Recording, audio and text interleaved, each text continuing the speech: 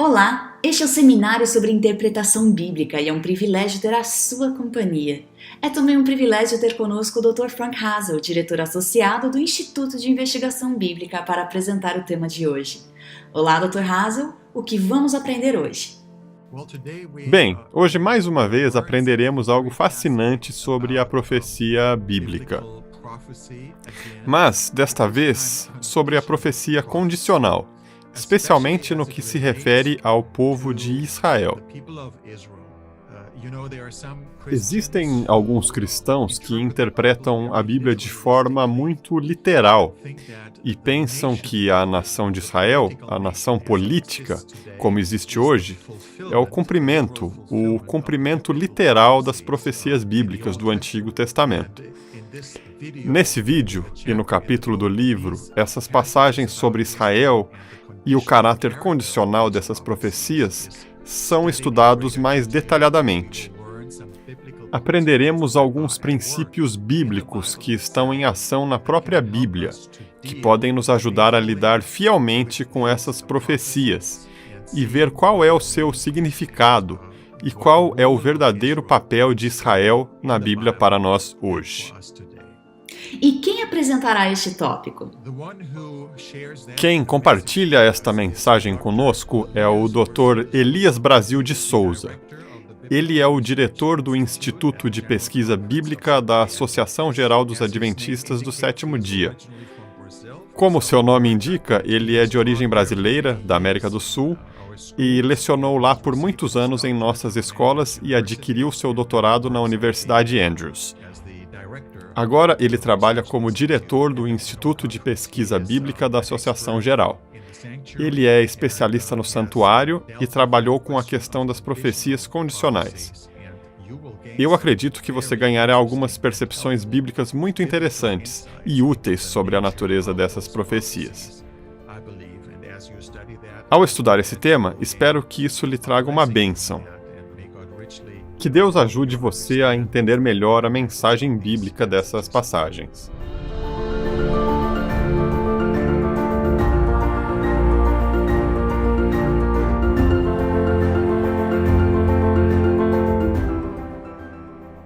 Unindo-se a nós agora está o Dr. Elias Brasil, para considerar as profecias condicionais sobre Israel através de uma abordagem hermenêutica. Dr. Brasil, antes de examinar este assunto com mais profundidade, poderia dar-nos um pequeno vislumbre de como Israel se enquadra em nossa compreensão religiosa? Bem, em primeiro lugar, temos que fazer uma distinção entre o Israel do Antigo Testamento, o Israel bíblico e o Israel de hoje como nação, entre outras nações do Oriente Médio. Portanto, essa distinção deve ser feita. Do contrário, vamos confundir as coisas e criar certos problemas hermenêuticos para nosso entendimento das Escrituras. Várias passagens do Antigo Testamento tratam de Israel. Várias passagens do Antigo Testamento falam sobre Israel. Mas, quando essas passagens falam sobre Israel, devemos ter em mente que não as entendemos como sendo uma referência ao Estado de Israel, mas como uma referência a Israel dentro da estrutura da aliança entre Deus e o seu povo no Sinai, da aliança entre Deus e Abraão. Essa é uma distinção que deve ser feita desde o início. Caso contrário, toda a discussão e o entendimento sobre Israel ficarão confusos. E provavelmente esta seja a razão pela qual temos uma série de interpretações hoje e previsões proféticas concentradas no Oriente Médio.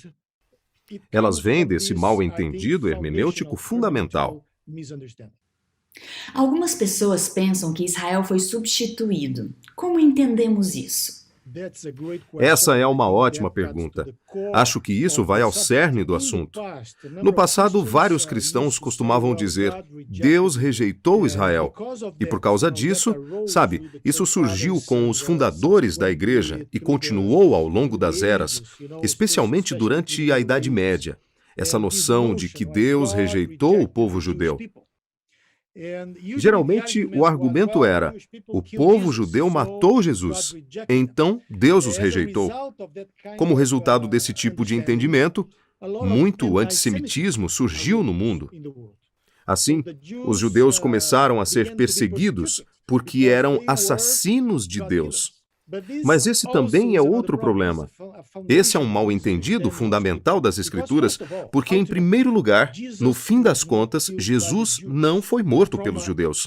Desde uma perspectiva política, de uma perspectiva histórica, Jesus foi executado pelo poder romano. Os judeus não tinham poder para executar Jesus. Portanto, foi feito pelo poder romano. O segundo ponto, obviamente, alguns fizeram parte do processo, principalmente a liderança do povo. Mas a questão é que os que mataram Jesus não foram os judeus. Quem matou Jesus fomos nós. Nós matamos Jesus com nossos pecados, pois Jesus veio para morrer por nós. Portanto, não devemos culpar os judeus pela morte de Jesus na cruz. A morte de Jesus na cruz foi resultado do pecado humano.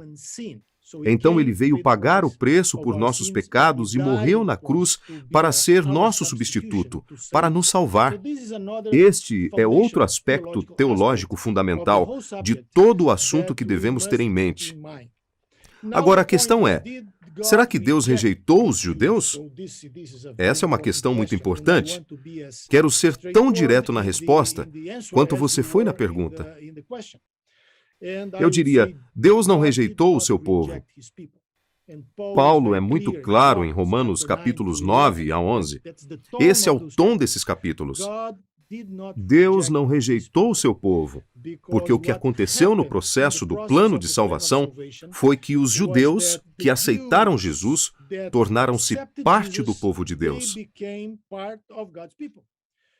Quando Jesus veio para estabelecer sua missão na terra, para realizar a salvação por meio de seu ministério e sua morte na cruz, primeiro ele estabeleceu, digamos, um grupo de pessoas que chamaríamos de povo de Deus, o remanescente. Eles se juntaram a Jesus. Ele escolheu 12 pessoas para segui-lo porque Jesus estava reconstruindo Israel. Para reconstruir Israel como um remanescente, ele escolheu 12 judeus para segui-lo. Portanto, não podemos dizer que Jesus ou Deus rejeitou os judeus. Os judeus estavam no centro de tudo o que Jesus veio fazer. E acima de tudo, e no fim das contas, Jesus era judeu, nosso Salvador. Então, quando Deus decidiu se tornar homem, pois é importante para ele nos redimir, ele veio como um judeu, não como pertencente a qualquer outro grupo étnico, mas precisamente como judeu.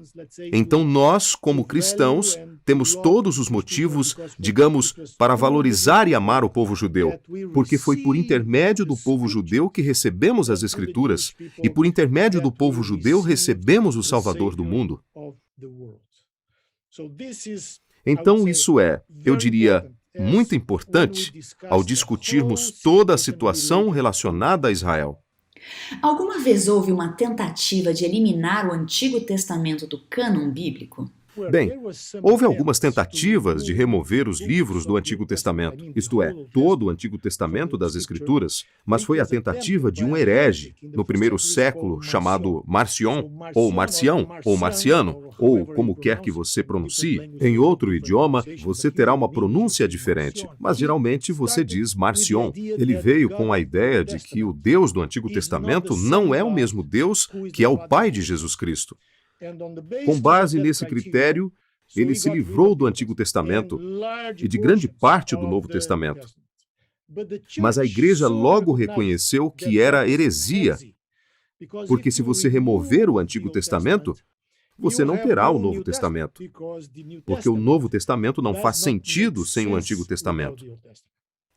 Logo no começo, quando começa o Novo Testamento, Jesus, em Mateus 1, a genealogia de Mateus começa com Abraão. Depois vai para alguns patriarcas, passa pelos reis de Israel até Jesus. Essa é uma longa genealogia que traça a ascendência de Jesus até Abraão.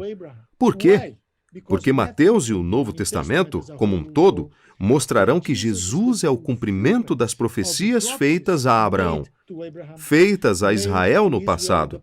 Jesus era o rei da linhagem de Davi, que veio como o novo rei de Israel, como o rei legítimo de Israel. E no mundo, obviamente. Portanto, sem o Antigo Testamento, Mateus não faria sentido. A trajetória de Jesus, o que ele percebeu, o que ele realizou, sua morte na cruz, não poderia ser entendida sem o Antigo Testamento. Além de todo o sistema sacrificial, o santuário, todas as alianças, as promessas que Deus fez ao seu povo no passado, nos tempos do Antigo Testamento, elas se cumprem em Jesus. Então, se você remove o Antigo Testamento, você não tem o Novo Testamento. E você não tem nenhum evangelho, por assim dizer. Qual é o papel de Israel no plano da salvação de Deus? Em primeiro lugar, devemos admitir, devemos entender que Deus fez uma aliança com Israel. Isso é muito claro no Antigo Testamento. Êxodo, do capítulo 19 ao capítulo 24, todos esses capítulos explicam o que Deus fez com Israel. A aliança no Sinai, quando Deus deu a eles as tábuas de pedra, os 10 mandamentos. Em todo o Antigo Testamento, a noção de que Deus, entre todas as nações do mundo naquela época, escolheu a Israel é muito clara. Mas temos que explicar por que Deus escolheu Israel. A Bíblia deixa claro que Israel foi o povo escolhido não para obter direitos exclusivos de salvação, mas Israel foi o povo escolhido para ser o instrumento nas mãos de Deus para propagar a verdade, a mensagem de Deus, por todo o mundo. Portanto, esse era o papel de Israel. Na verdade, Israel é a nação escolhida no Antigo Testamento, nas Escrituras, mas para uma missão, não para a salvação. Deus, em sua soberania, em sua presciência, determinou que ele escolheria um povo, e ele escolheu Israel. Claro, existe uma trajetória nas narrativas da Bíblia, mas estou simplificando as coisas aqui. A partir de Gênesis 12, quando Deus escolheu Abraão, e depois Isaque e Jacó, e assim por diante, essa linhagem seguiu até Israel, com que Deus fez aliança. Portanto, no Antigo Testamento, em todo o Antigo Testamento, nos profetas, nos livros históricos, é muito claro que Israel foi o povo escolhido de Deus para cumprir a missão de Deus, porque a salvação sempre esteve disponível para todos. Mas por meio de Israel, Deus queria que o mundo conhecesse o seu caráter, conhecesse a verdade, e esse era o propósito de Israel. É por isso que Deus escolheu Israel. Que outras razões devem ser escolhidas? Em várias ocasiões em sua história, eu acho que os israelitas, eles ficaram muito orgulhosos de sua posição no mundo. Às vezes se esqueciam de que foram escolhidos para servir e não para ser servidos. Eles foram escolhidos como favoritos de Deus para a missão e não para a salvação. Esta é a razão pela qual temos tantas mensagens proféticas no Antigo Testamento, também direcionadas a Israel e dando mensagens de repreensão a Israel, pois eles haviam se afastado dos caminhos de Deus. Eles haviam se envolvido muito com as nações vizinhas. Em vez de transmitir as palavras de Deus ao mundo, estavam absorvendo a cultura ao seu redor e, portanto, distorcendo sua função como uma demonstração do caráter de Deus para o mundo ao seu redor.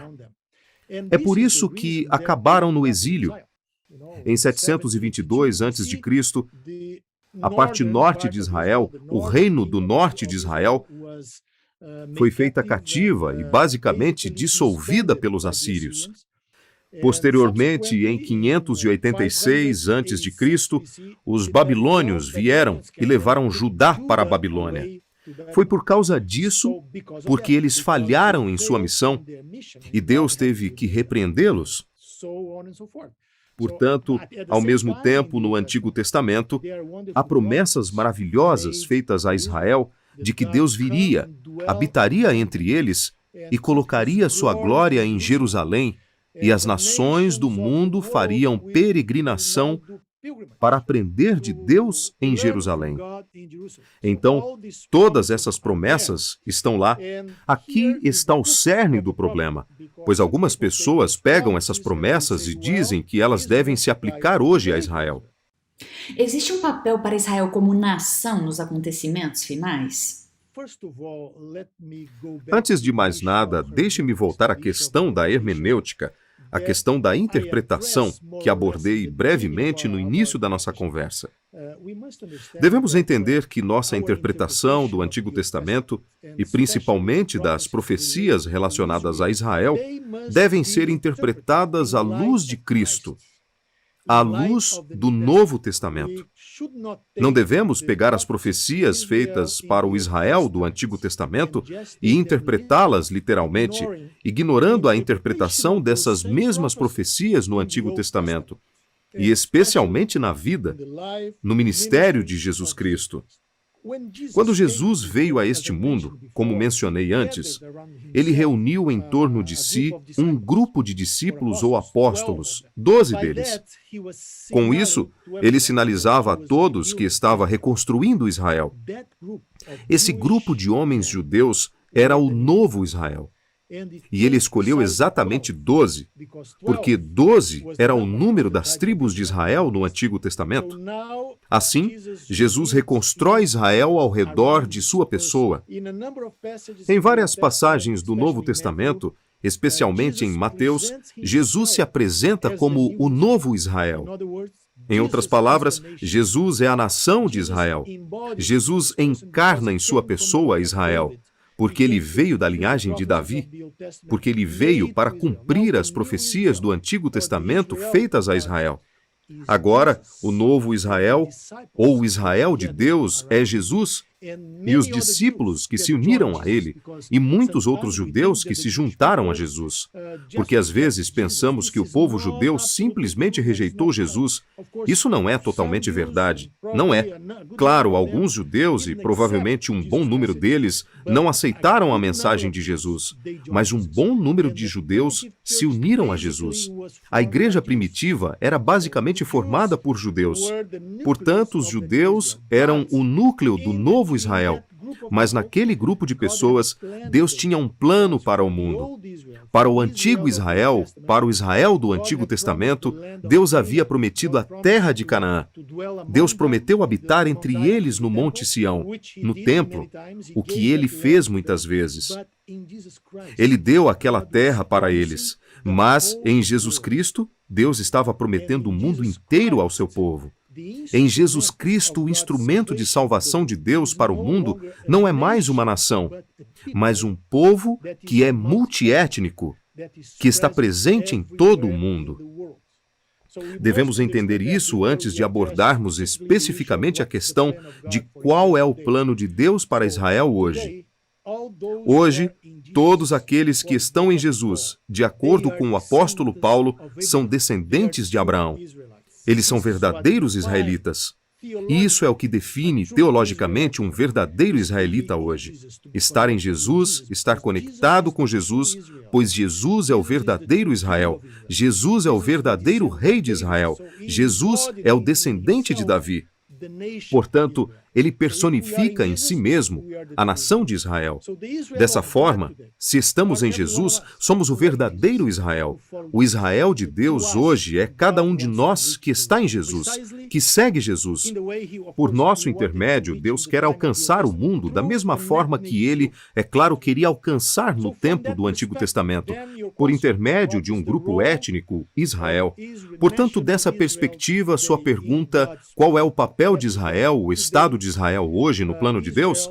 Deixe-me dizer a você, hoje Israel é uma nação entre outras nações. Para nós, Israel é historicamente especial, porque por meio de Israel temos as Escrituras. Então eu diria que Israel e o povo judeu são uma espécie de memórias históricas do que Deus fez por nós no passado e continua a fazer hoje. Porque fico pensando, se Israel houvesse desaparecido como os Moabitas, os Amonitas e muitos outros grupos étnicos do passado, algumas pessoas diriam hoje, bem, tudo que está na Bíblia sobre esse povo de Israel não é verdade. Como algumas pessoas estão dizendo hoje, negando a historicidade da Bíblia. Mas quando se trata de Israel, ninguém pode dizer isso, pois a nação de Israel está na Palestina. Ninguém pode negar que a Bíblia é verdadeira quando a Bíblia se refere ao que as pessoas chamavam de Israel, quando a Bíblia fala de Judá, de Canaã, da terra de Israel, porque ela está lá. Você pode visitar. Você pode ir lá e ver. Eu diria que Deus tem um plano para o mundo hoje, mas esse plano não se restringe a um determinado grupo étnico. Eu entendo que muitos judeus fazem parte do povo de Deus hoje. Eles seguem Jesus Cristo e estão fazendo o plano de Deus para o Israel que se reuniu ao redor de Jesus. Mas Deus não tem um estado no mundo, porque se ele tivesse um estado no mundo, uma nação, digamos, uma nação-estado, isso não se alinharia com o que vemos nas Escrituras, na Bíblia. Portanto, Israel, como nação, tem todo o direito de existir como um Estado independente. Eles têm todos os direitos, de acordo com o direito internacional, etc. Todos nós conhecemos todas as dificuldades do povo judeu durante o Holocausto. Precisavam de uma nação, eles precisavam de um país, eles precisavam da terra que lhes foi concedida. Eles têm todo o direito de existir como uma nação independente, mas quando se trata de uma teologia das Escrituras, do que Deus deseja realizar no mundo, eu diria a você que o instrumento de Deus é o Israel que se reuniu em torno de Jesus Cristo, que é composto de judeus e gentios. Portanto, todo aquele que aceita Jesus tem o privilégio de ser o Israel de Deus e assim cumprir o propósito de Deus de alcançar o mundo por intermédio de Jesus Cristo. Como podemos compreender o pacto feito com os judeus? Em primeiro lugar, vamos ter em mente que recebemos as Escrituras do Antigo Testamento por intermédio dos judeus. Então, eles o preservaram, o copiaram, recopiaram o manuscrito ao longo dos séculos e estudaram as Escrituras do Antigo Testamento.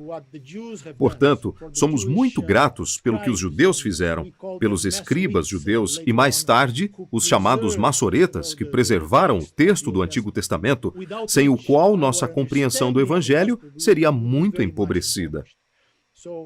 Então, como eles foram expostos à palavra de Deus, mesmo que apenas ao Antigo Testamento, ao que chamamos de Antigo Testamento, para eles é a Bíblia hebraica. Eles tiveram muitos benefícios e bênçãos. Eles têm algumas regras muito estritas quando se trata de comida e certas coisas. Isso é uma bênção. Eles aprendem a ler desde pequenos, pois têm o compromisso de estudar a lei. Acho que todos esses tipos de, digamos, aspectos da vida judaica, por fim, os abençoaram. Isso acabou permitindo que eles fossem preservados, mesmo quando todas as nações do mundo antigo simplesmente desapareceram no fluxo da história, os judeus mantiveram sua identidade. Então isso é algo muito importante. Nunca me canso de dizer que somos gratos pelo que o povo judeu conquistou ao longo da história. Como cristãos, devemos muito a eles. Você mencionou algo relacionado à aliança. Esse é um problema muito complexo porque não é muito fácil de explicar. Algumas pessoas às vezes compreendem errado, mas vamos entender a aliança dessa forma. Tudo que eu posso fazer aqui é apenas apresentar um resumo. Deus fez aliança com Abraão e prometeu a ele a terra de Canaã e aos seus descendentes. No Sinai, Deus fez a aliança com os descendentes de Abraão, com Israel, e reiterou a promessa. Então Deus os guiou para a terra prometida e deu-lhes aquela terra. Portanto, aquela terra foi dada a Israel no Antigo Testamento como resultado de uma aliança, de uma promessa ou de um compromisso entre Deus e Israel. Na verdade, foi uma promessa que Deus fez a Israel por sua graça. Não porque Israel fosse melhor do que outros povos, do que outros grupos étnicos, mas foi sob a soberania de Deus que a aliança foi cumprida.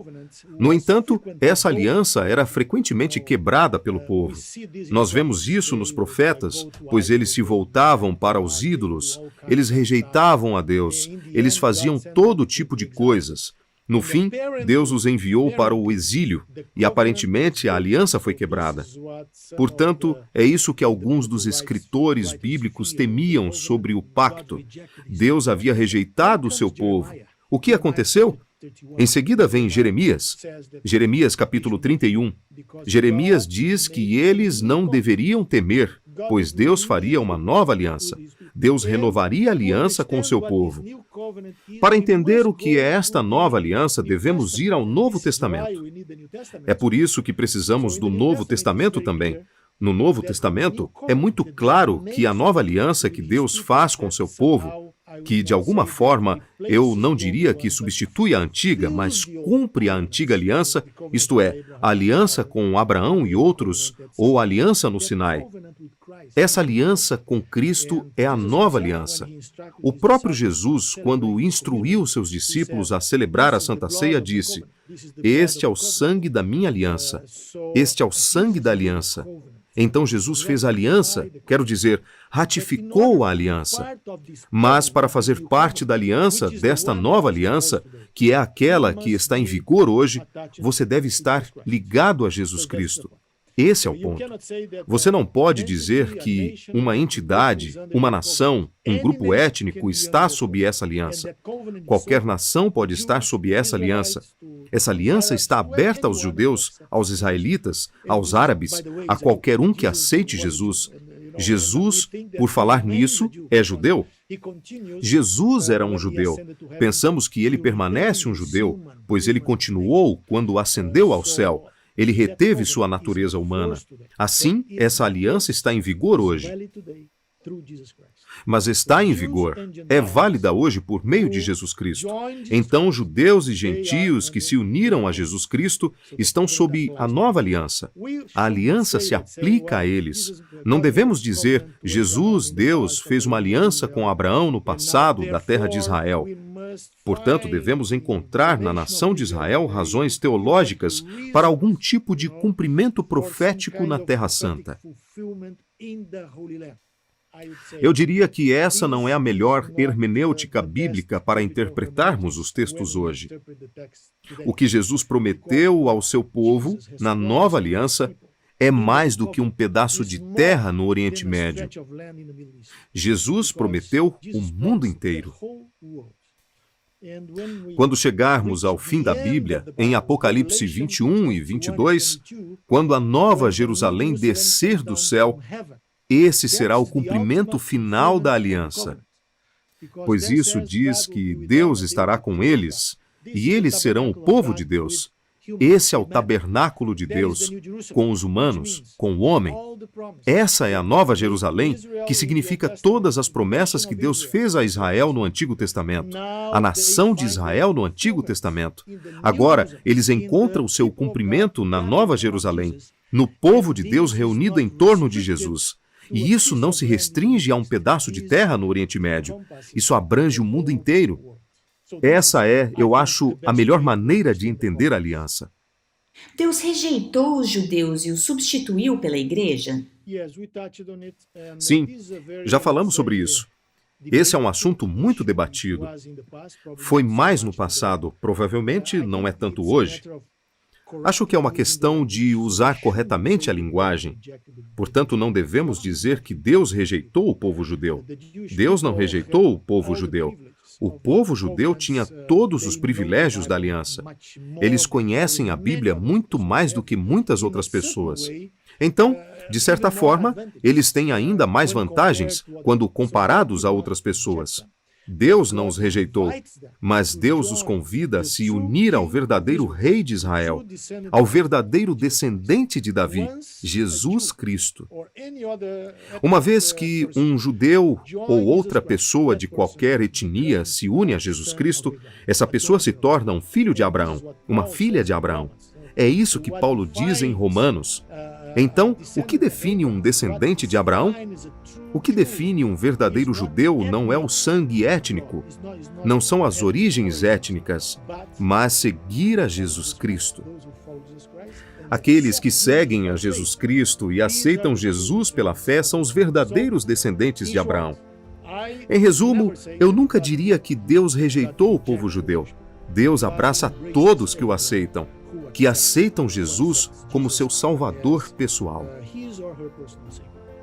Obrigada, Dr. Brasil, e obrigada a você por ter participado conosco. Até a próxima!